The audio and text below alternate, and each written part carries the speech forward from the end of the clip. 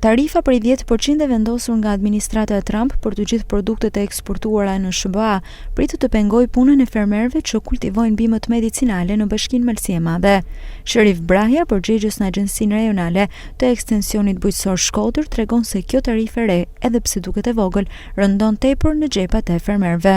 Tarifa e vendosur nga Shteti Amerikan për kulturat për produkte që importohen, që eksportohen nga vendi jonë në Amerikë, edhe pse duket sikur jena të privilegjuar nga taksa 10% që ka vendosur Shqipërisë, në krahasim me disa shtete, se në Serbi ka vendosur 35%, por për kushtet e ekonomisë tonë, një ekonomi në zhvillim, një ekonomi e dobët, edhe kjo taks, edhe pse duket e lehtë, ranon mi kurrizin e fermerëve të Malësisë Madhe. Braja shton se kriza e këtij sektori ka nisur prej 2 vitesh, ndaj pritet që në vazhdim të rritet edhe prodhimi stok i bimëve medicinale.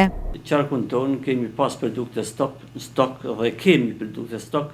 Ka 2 vite që ky fenomen është bën tash epidemi.